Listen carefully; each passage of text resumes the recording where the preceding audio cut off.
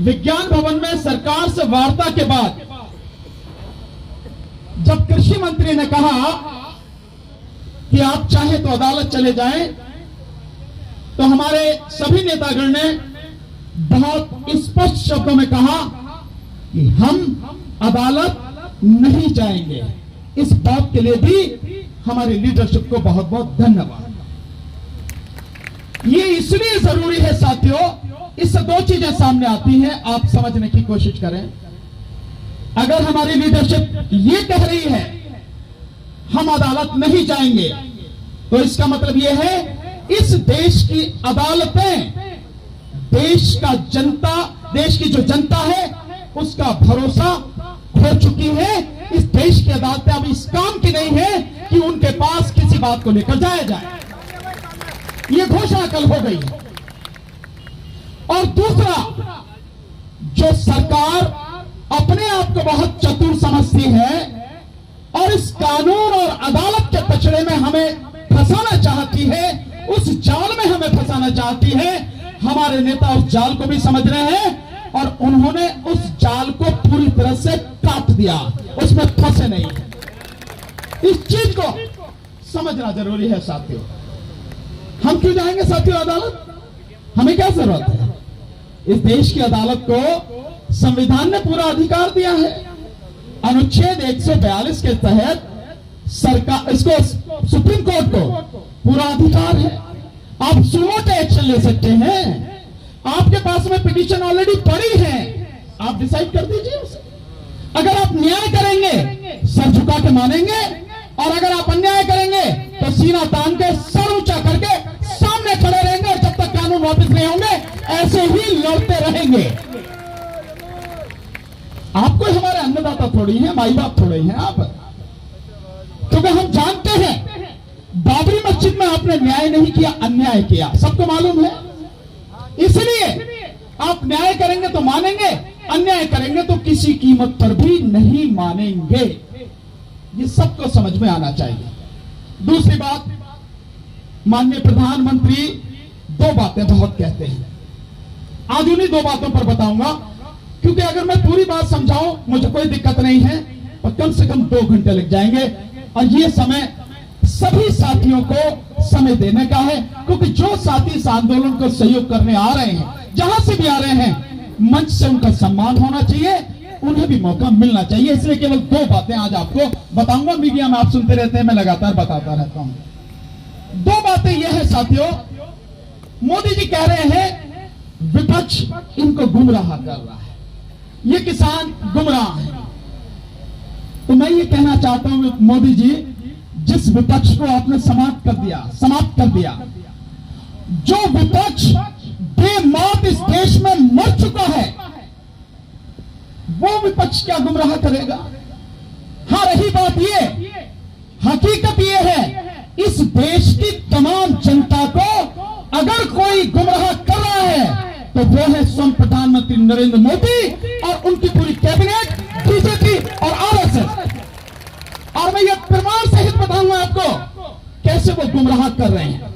मैं हवा में बातें नहीं करता हूं, कानून की बात करूंगा, उसी कानून की बात करूंगा जो तुमने बनाया है, जिसे तुम पढ़ नहीं पाए, जिसकी एबीसीडी तुम जानते नहीं हो, उसी से बताऊंगा कि तुम कैसे गुमराह कर रहे हो।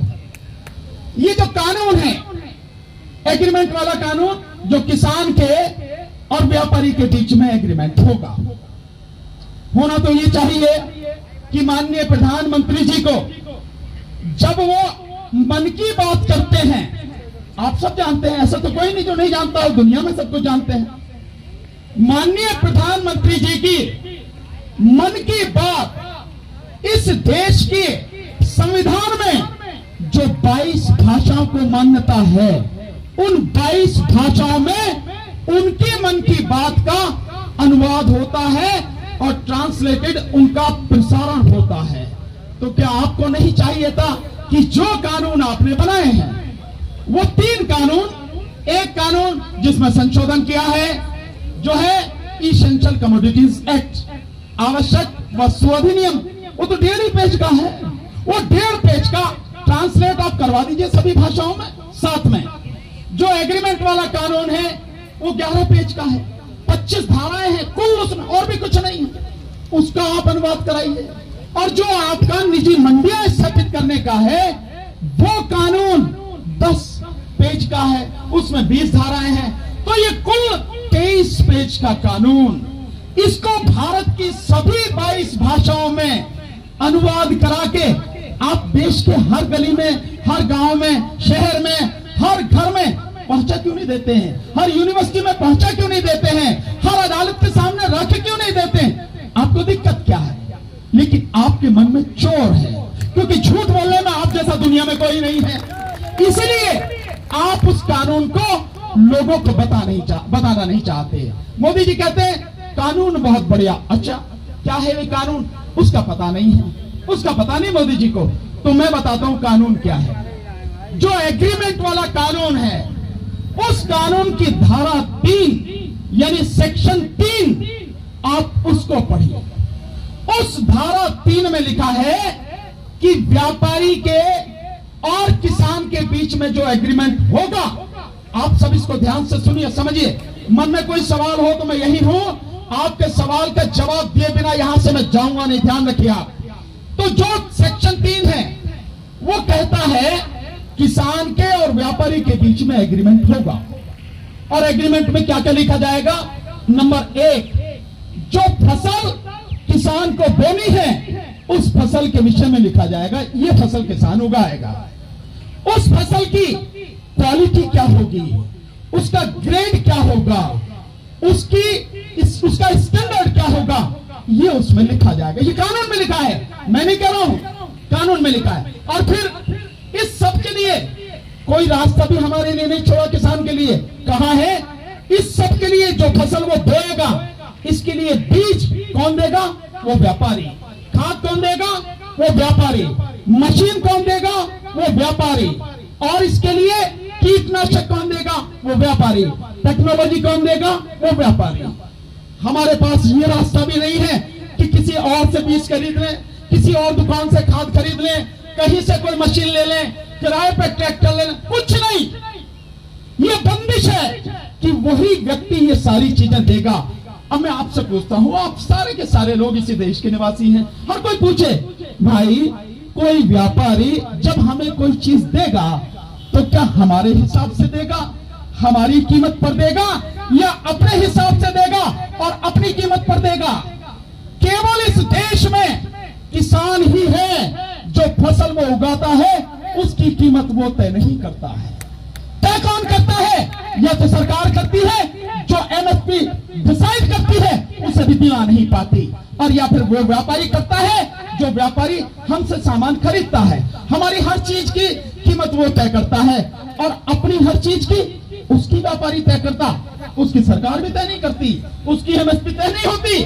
तो व्यापारी के हाथ में सब कुछ, कानून बना के भी आपने सब कुछ दे दिया और मुझे बांध दिया कि व्यापारी के साथ में समझौता हो गया, बीज भी तुझे इसी से लेना है, इसी के दाम पर, खाद भी तुझे इसी से लेना है, इसी के दाम पर, टेक्नोलॉजी भी इसी से लेनी है, इसी के दाम पर, मशीन भी इसी से लेनी है, इसी के दाम पर।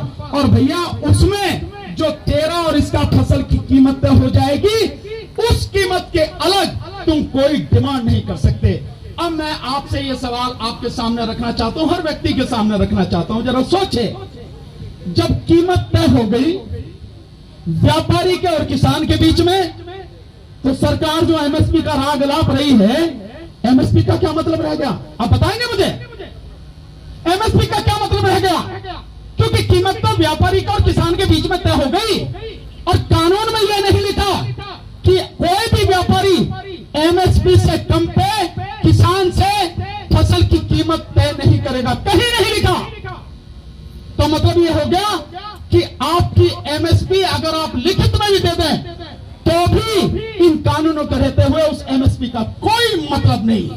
इसका मतलब ये होगा कि आपने पूरी तरह से इस किसान को, जो बहुत कमजोर है, जो गरीब है, क्योंकि मोदी जी तो कहते हैं, आपने सुना भी होगा, इस देश के 80 से 85% किसान सीमांत और छोटे किसान है। मोदी जी कह रहे हैं, मैं तो नहीं कह रहा, आंकड़े कह रहे हैं, सीमांत और छोटे किसान का मतलब यह है कि 80 से 85% किसान के पास 2 एकड़ से ज्यादा जमीन नहीं है। और 2 एकड़ का मतलब 10 बीघा, इतनी ही तो जमीन है। यानी उस किसान को आपने उस व्यक्ति के हवाले कर दिया, उस व्यापारी के, जिसके पास पैसे की कोई था नहीं है, जिसके साथ सरकार खड़ी है, जिसके साथ इस देश का प्रधानमंत्री खड़ा है और जिसके साथ इस देश का पूरा शासन और प्रशासन खड़ा है, उसके हवाले आपने किसान को छोड़ दिया। और आप कह रहे हैं कि किसान की समझ में नहीं आ रहा। मोदी जी, इतना अनपढ़ किसान नहीं है जो इन चीजों को समझता नहीं हो। आप नहीं पढ़े लिखे तो हम क्या करें? आप फर्जी डिग्री दिखाते हो तो हम क्या करें? लेकिन हम समझ रहे हैं भाई आप क्या करना चाह रहे हो। तो प्रभु ध्यान से सुनो और समझो। सब समझते हैं हम आपकी क्या चालबाजियां हैं, आपकी क्या चालाकियां हैं। केवल इसी कानून से आपने एमएसपी खत्म कर दी। और क्यों करी है एमएसपी खत्म, इसको आपको समझना बहुत जरूरी है।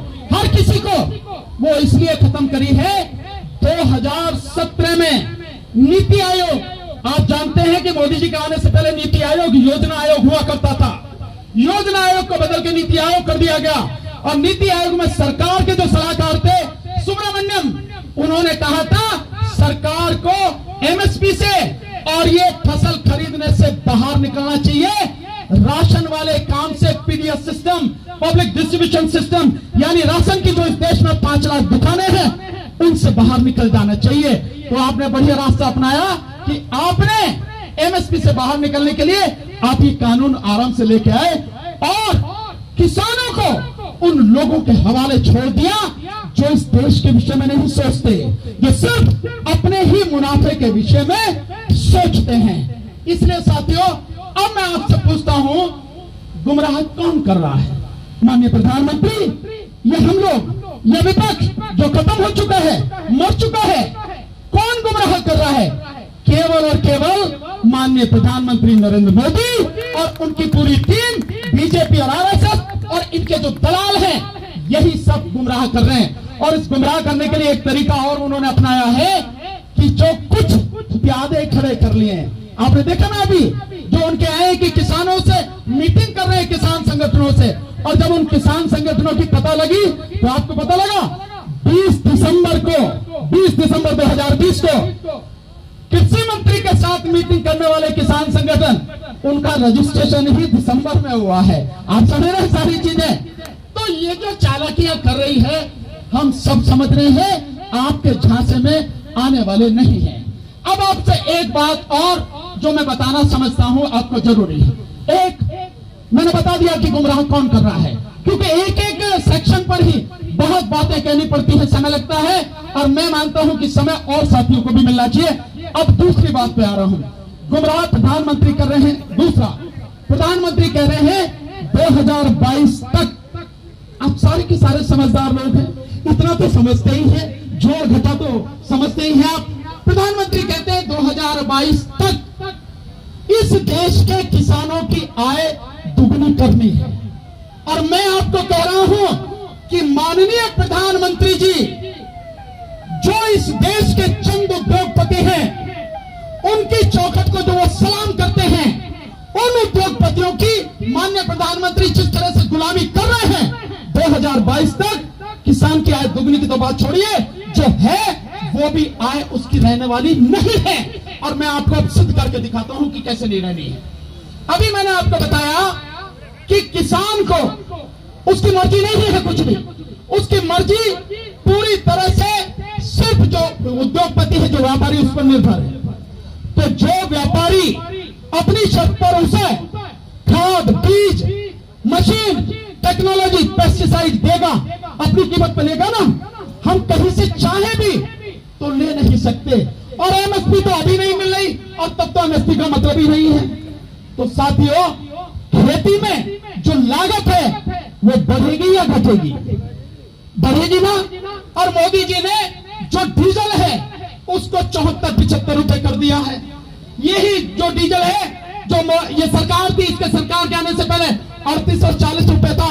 और ये डीजल भी तब किया है जब अंतरराष्ट्रीय मार्केट में जो पेट्रोल, जो खाता वो है, क्रूड ऑयल है, यानी कच्चा तेल है, उसकी कीमत सबसे कम है। 50 प्रति बैरल। अब थोड़ा सा ध्यान कीजिए, जिस समय मनमोहन सिंह जी प्रधानमंत्री थे, इस देश में क्रूड ऑयल कच्चे तेल की अंतरराष्ट्रीय बाजार में कीमत थी 150 रुपए प्रति डॉलर, और 150 रुपए प्रति डॉलर होने के बाद, 150 डॉलर प्रति बैरल होने के बावजूद इस देश में पेट्रोल मिलता था 72 रुपए, जिसपे बीजेपी ने हल्ला मचाया, और डीजल मिलता था 38 रुपए। और आज अंतरराष्ट्रीय मार्केट में क्रूड ऑयल की कीमत $50 प्रति बैरल, और तेल पेट्रोल मिल रहा है 84 रुपए दिल्ली में, और डीजल मिल रहा है 74 रुपए से ज्यादा है। तो जब लागत उसकी ज्यादा हो गई और किसान के पास कोई और ऑप्शन नहीं रहा, तो स्वाभाविक है कि खेती में उसकी लागत बढ़ गई। लेकिन उसकी सीमाएं हैं कि वो जो रेट उसमें तय हो गया उससे ज्यादा मिलना नहीं है, सरकार का कोई संरक्षण मिलना नहीं है। और इसके अलावा अब एक उदाहरण देकर बताऊंगा, अगर जिस समय किसान से उसकी फसल व्यापारी खरीदेगा, उसे चेक करेगा, उसको टेस्ट करवाएगा। आपने मध्य प्रदेश में देखा, अभी मध्य प्रदेश में इसी तरह से जो फसल है उसको चेक कराएगा, और जो फसल जिस ग्रेड या जिस क्वालिटी की बात कर रहे थे, उस लेबोरेटरी से जिसमें चेक कराएगा, एक बात यह है कि जो इसमें एक इंग्रेडिएंट्स होना चाहिए, एक तत्व इसमें होना चाहिए, वो इसमें नहीं है, इसलिए व्यापारी फसल नहीं लेगा, और सैकड़ों किसानों की फसल जो कि तो धरी रह गई। यह है इस सरकार का नतीजा। तो आने वाले समय में आप दोगुनी की बात कर रहे हैं, ये तो जितनी है फसल, जो कीमत है वो भी नहीं रहेगी। अगर आप चाहते हैं किसान को वाकई में उसकी फसल जो आप कह रहे हैं कि उसकी दोगुनी आय करनी है, तो मैं माननीय मोदी जी को एक सुझाव देता हूं, इसको समझें। नंबर 1, आप जो एमएसपी है, उस एमएसपी को 23 फसलों पर आप एमएसपी घोषित करते हैं। सरकार 23 की 23 फसलों पर किसान को एमएसपी दिलवाइए। नंबर 2, एमएसपी भी वो दिलवाइए जो स्वामीनाथन कमीशन की रिपोर्ट में किसान की लागत और मेहनत सीटू उस पर 50% ज्यादा है। और इसको आप ऐसे समझे, अगर ईमानदारी से वो दिलवाई जाएगी तो जो गेहूं आज 1975 रुपए उसकी एमएसपी है, वो गेहूं उसकी एमएसपी निर्धारित होगी कम से कम 3000 रुपए। तो आप सरकार, मैं सरकार को सुझाव देना चाहता हूं कि सरकार एमएसपी सीटू वाली जो स्वामीनाथन कमीशन की है वो दिलवाए। साथ में इस किसान में, इस देश में जितने भी किसान हैं, अमीर हो, गरीब हो, छोटा हो, बड़ा हो, कोई भी हो, सभी किसानों का एक बार पूरी तरह से बिना किसी भेदभाव के कर्जा माफ कीजिए आप। और कितना कर्जा है मैं बता देता हूं, कोई बहुत बड़ी बात नहीं है, तकरीबन 12 से 13 लाख करोड़ रुपया कर्जा है बस किसानों का। आप माफ कीजिए, आप किसानों की भलाई चाहते हैं ना, और आप माफ कर सकते हैं। क्यों कर सकते हैं, इसका आपको कारण मैं बताता हूं। यही सरकार है, और इससे पहले भी सरकार थी, जो यूपीए की सरकार थी कांग्रेस की, 2004 से ये सरकारें इन्हीं उद्योगपतियों को लगातार हर साल 5 लाख करोड़ रुपए का जो टैक्स है उसमें छूट देती आ रहे हैं। 5 लाख करोड़ एक साल में। और अभी तक आप लगभग 70 लाख करोड़ की उन उद्योगपतियों का जिनके पास किसी चीज की कमी नहीं है, आप छूट दे चुके हैं। तो क्या आप इन किसानों को, जो देश का अन्नदाता है, जिसके दम पर कितने ही लोग जीवन यापन करते हैं, और इस देश की 70% आबादी किसानी पर आधारित है, इसका मतलब यह हुआ कि लगभग 90 करोड़ लोग सीधे सीधे उस किसानी से जुड़े हुए हैं, या तो किसान है या किसान मजदूर है। अगर 90 करोड़ लोगों को अच्छा जीवन जीने के लिए आप एक बार किसानों का कर्ज माफ करते हैं, तो दिक्कत क्या है आपको? आप तो बड़े भले बनना चाहते हैं, किसानों का तुम बहुत भला सोचना चाहते हैं, आप कर सकते हैं। और यही नहीं, मोदी सरकार ने तो इससे आगे जाके काम किया है। मोदी सरकार जब से आई है तब से लेके अब तक जो उद्योगपति हैं, न केवल टैक्स में छूट दी, बल्कि जो उनका कर्जा था, जो इस देश के बैंकों से लिया, जो आपके हमारे पैसे से, टैक्स पेयर का पैसा था, वो कर्जा 7,95,000 करोड़ रुपया कर्जा माफ किया है मोदी सरकार में, तो तुम उनका कर सकते हो, आप किसानों को नहीं कर सकते। आप ये चीजें सरकार को समझने की जरूरत है और आपको भी समझने की जरूरत है। जो सरकार हमें बहकाने की, हमें गुमराह करने की कोशिश कर रही है साथियों, तो मेरा कहना सिंपल यही है कि अगर इस देश में गुमराह कर रहा है तो वो मोदी जी है और मोदी जी की सरकार बीजेपी और आरएसएस।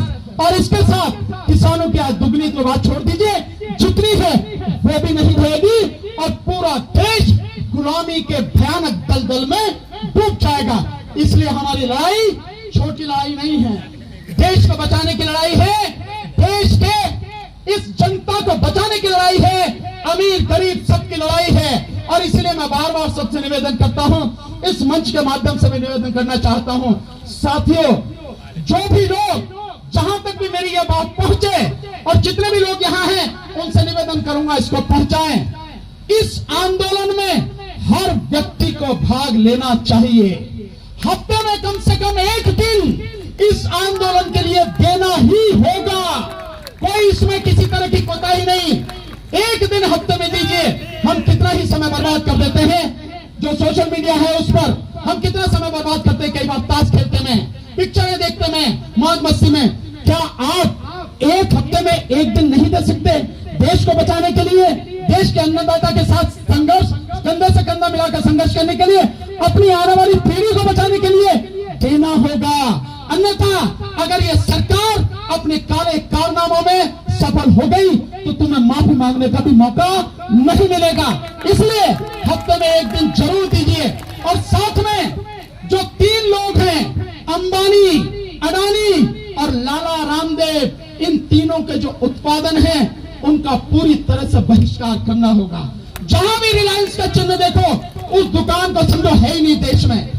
8784 इनके जो है शोरूम्स हैं या इनकी दुकानें हैं, इनके स्टॉल हैं, जो रिलायंस डिजिटल के नाम से, रिलायंस स्मार्ट के नाम से, रिलायंस फ्रेश के नाम से जितने भी हैं और बिग बाजार हैं, कहीं भी उसमें सामान लेने मत जाइए। अगर आंदोलन में नहीं आ सकते इतना तो खरीद सकते हैं, इसमें तो कोई दिक्कत नहीं है। सामान खरीदेंगे किसी और से खरीद लेंगे, किसी और दुकान से ले लेंगे साथियों। इसलिए रिलायंस का कोई भी उत्पादन खरीदना नहीं। साथ में जियो का जो सिम है, वो सिम अगर उन्होंने पोर्ट करने बंद कर दिए हैं तोड़ के फेंक दीजिए, कोई चिंता वाली बात नहीं है। नया नंबर लीजिए, देश को बचाने की लड़ाई है, इसमें इतना बलिदान तो हम दे ही सकते हैं। नया नंबर लीजिए किसी और कंपनी का। साथ में जो पेट्रोल भराते हैं अपनी स्कूटी में, अपने स्कूटर में, अपनी मोटरसाइकिल में, गाड़ी में, ट्रक में, ट्रैक्टर में, बसों में, किसी भी रिलायंस के पेट्रोल पंप से मत भराइए साथियों। भराना किसी और पेट्रोल पंप से भराइए। साथ में जो अडानी है, अडानी का फॉर्चून, जानते हो फॉर्चून, फॉर्चून तेल, फॉर्चून आटा, फॉर्चून साबुन, वो बेसन, फॉर्चून उनका जो चीनी, जो भी कुछ फॉर्चून के नाम से है, पूरी तरह से बहिष्कार कीजिए। ये आंदोलन का इतना सशक्त माध्यम है कि इनकी कमर टूट के जा पड़ेगी। और अंबानी, अडानी और लाला रामदेव की रीढ़ की हड्डी अगर टूट गई तो मोदी सरकार भी खड़ी नहीं रह सकती है। इस चीज को समझना जरूरी है।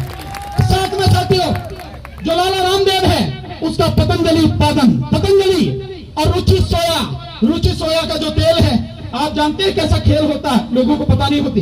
ये रुचि सोया किसी और की कंपनी थी और उस कंपनी ने हजारों करोड़ रुपया बैंक से लोन लिया और अपने आप को दिवालिया घोषित कर दिया। तो एक एनसीएलटी है, नेशनल ट्राइब्यूनल है, जिसमें जो दिवालिया जो घोषित हो जाते हैं वो जाके वहां कहते हैं भैया हमारे बस की नहीं है, तो वो उसका रफा दफा करते हैं। उस एनसीएलटी में 4,500 करोड़ में लाला रामदेव ने ये रुचि सोया कंपनी खरीदी है। इसी रुचि सोया कंपनी का कोई तेल हो, कोई सामान हो, पतंजलि का हो, इनका पूरा बहिष्कार हमको करना है साथियों। ये हमारा एक बड़ा सशक्त माध्यम है। आजकल आपको अंबानी की चीख सुनाई दे रही होंगी, आ रही है ना अंबानी की चीख। अंबानी के 1.25 करोड़ से ज्यादा जो मोबाइल फोन है, जो सिम है, वो पोर्ट हो चुके हैं। और आज की तारीख में वो नंबर 1 कंपनी नहीं है, नंबर 1 एयरटेल हो गई है। तो आप समझ रहे हैं। और अब वो चीख रहा जाके पंजाब एंड हरियाणा हाईकोर्ट में कह रहा प्रभु बचाओ, हम इस क्षेत्र में कभी व्यापार करने नहीं आएंगे। यहाँ का एक बार जाके मोदी से कहना जाके भैया हम आगे से खाए को पड़े। आप समझ रहे, यही है असर, इसी असर से टूटेगा ये। इसका इतना जबरदस्त असर होगा, कोई हथियार इसका मुकाबला नहीं कर सकेगा, जो बहिष्कार का हमारा नारा है। साथियों, एक चीज आपसे बड़े अदब के साथ कहना चाहूंगा, आप पहुंचाइए सबको। ये जो मीडिया है, गोदी मीडिया, ये देश का मीडिया नहीं है, ये गुलाम मीडिया है, देशद्रोही मीडिया है। देशद्रोही मीडिया है जो सरकार के झूठ को फैलाता है और किसानों के सच को और जनता के सच को दबा देता है, उसके विषय में गलत रिपोर्टिंग करता है। इसका भी इंतजाम करना है, पूरी तरह से इंतजाम करना है। इस मीडिया के लिए एक काम करना, केवल एक काम, लोगों से बोलो, कहो उनको, अपने दोस्तों को फोन करें, रिश्तेदारों को फोन करें, जानने वालों को बताएं। साथियों, एक साल के लिए, केवल एक साल, नजारा देखो ना आप क्या होता है। मोदी जी ने लॉकडाउन करके एक साल में देश का बुरा हाल कर दिया, तो हम भी एक साल की बात करें। एक साल अपने घर के टेलीविजन पर, टीवी पर ताला लगा दो, ताला। ये ताला लगते ही ये जितने भी मीडिया वाले हैं, और ये जो अंबानी जो बहुत बोल रहा है, रिलायंस वाला, क्योंकि रिलायंस के जितने टेलीविजन है, आप देखेंगे कितने इसके चैनल हैं। जो ईटीवी देखते हैं, ETV Urdu, ETV Himachal Pradesh, ETV Uttar Pradesh, ETV Uttarakhand, ETV ये इसी का है, रिलायंस का। कलर्स देखते हैं ना, कलर्स टीवी, ये इसी का है। और आप न्यूज 18 जो देखते हैं, इसी का है। IBN 7 इसी का है। और यही इस देश को अपनी जेब में रखना चाहता है। तो अंबानी और अडानी और तेरे जो वो है, खैर का प्रधानमंत्री नरेंद्र मोदी जी, सुन लो आप, इन सबको सबक सिखाने का, रास्ते पर लाने का और इस देश को बचाने का एक ही तरीका है, और वो है अपने घर में टेलीविजन पर ताला लगा दीजिए। एक साल बाद देखेंगे कि क्या होता है। हम ये मनोरंजन करने नहीं आए हैं, ये जंग है, और जंग में किसी भी हालत में मनोरंजन नहीं किया जाता, जंग जीतने की रणनीति बनाई जाती है, और ये हमारी रणनीति है। बहुत बहुत शुक्रिया। फिर कभी मौका मिलेगा आपके बीच में आऊंगा। मुझे मौका दिया, सम्मान दिया, आपका बहुत बहुत शुक्रिया। साथियों, जो